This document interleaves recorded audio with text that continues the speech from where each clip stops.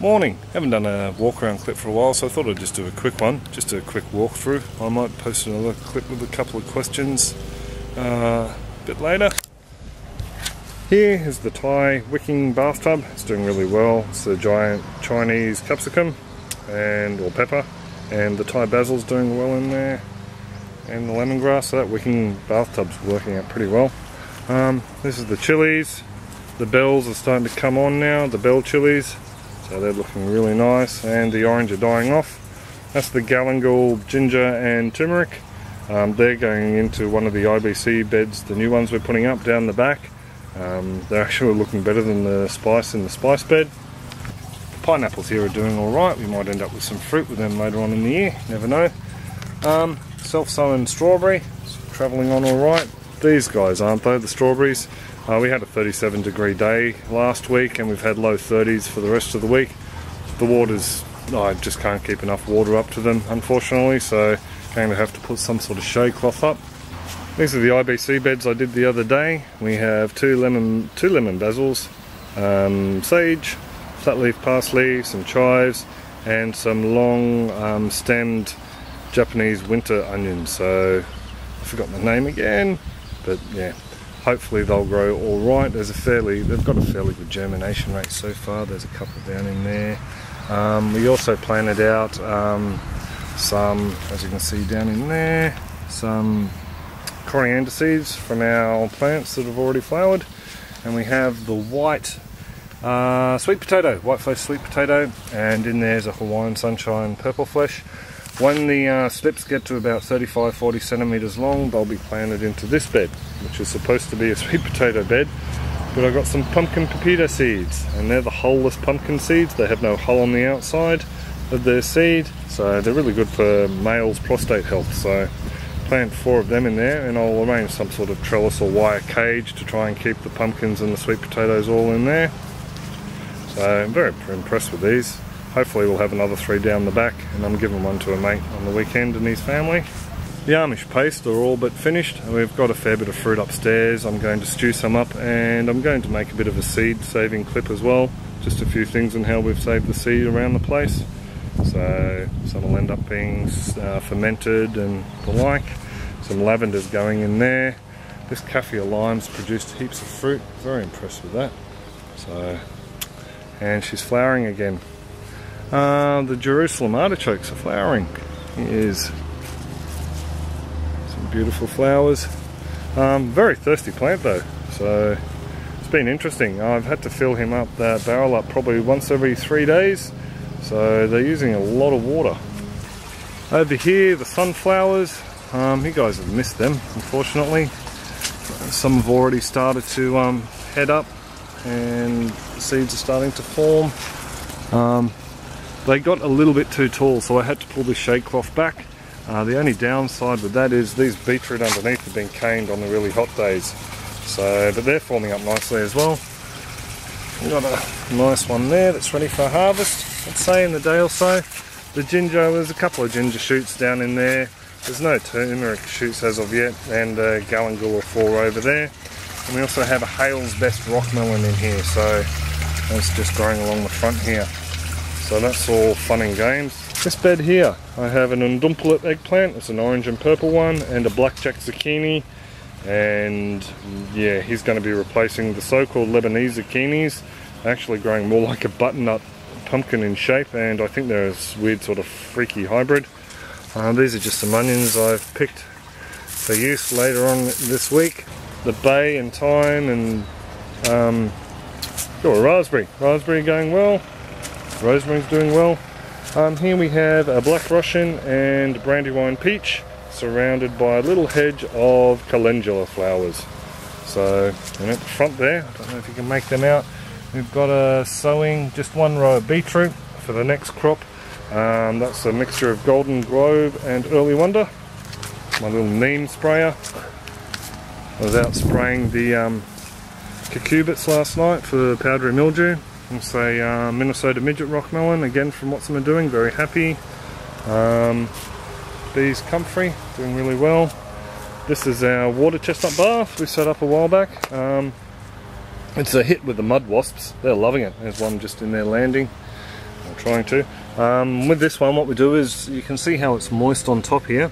We bring the water level up till it's just sitting on the top in the low areas, and then we let it dry out for a day or two, and that's pretty much what the water chestnut's like. And so far I think we're doing the right thing, because we've got lots of these thick new growths coming on. There's one over here, there's a few on this one over there, so I think we're doing the right thing with that. And there's the other blackjack down there. I put him in a bed with a couple of the long, slender, thin purple eggplants.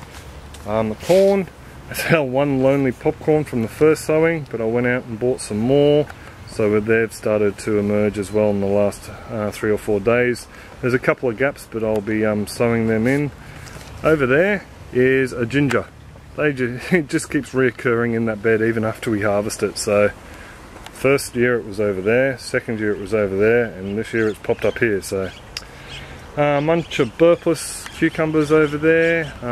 We have one little fruit on down in there, and also some bunch of burpless and marketmore.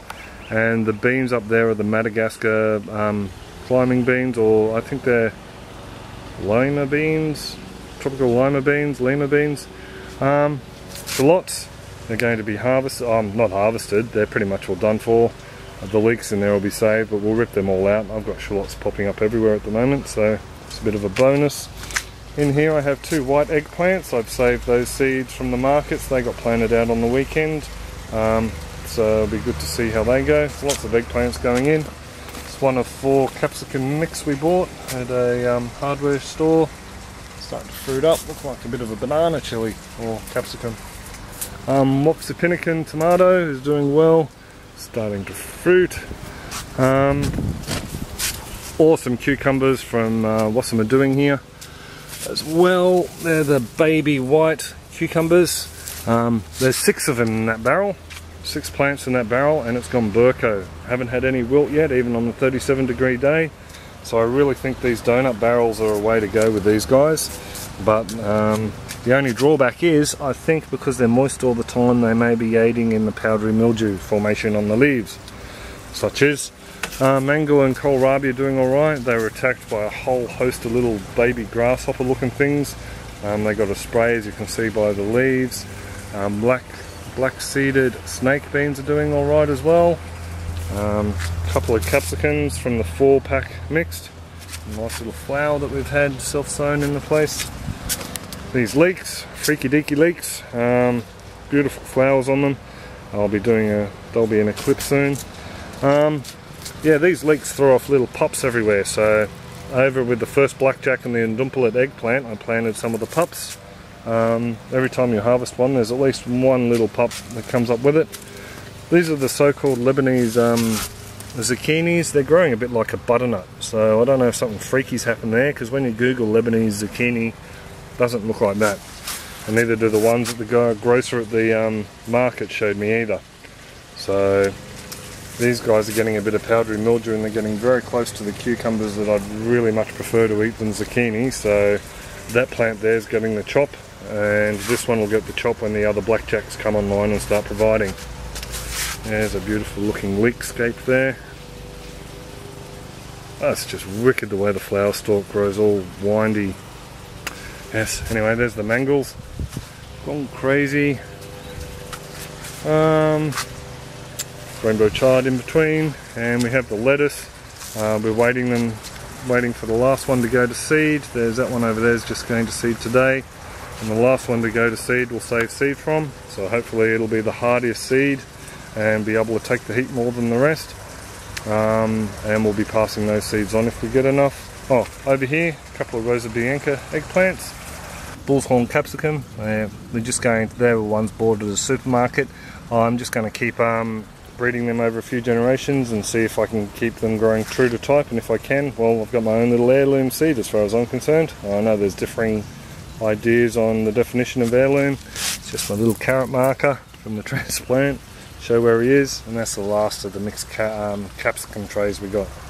So, well, that's pretty much all it. Sorry it's a bit choppy, but I wanted to get through. There's a lot to get through, and I have missed some stuff out, but such as.